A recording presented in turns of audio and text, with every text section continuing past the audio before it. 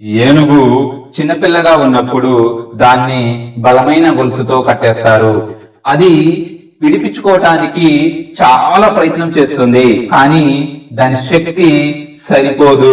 కొన్నాళ్ళకి ఆ గొలుసు నుంచి విడిపించుకోలేను అని తన ప్రయత్నాలను ఆ ఏనుగు మానేస్తుంది. ఎప్పటికీ ఆ గొలుసును తెంచలేను అని అనుకుంటుంది. ఆ తర్వాత ఆ యజమాని ఎంత చిన్న తాడు కట్టినా విడిపించుకునే ప్రయత్నం కూడా చేయదు.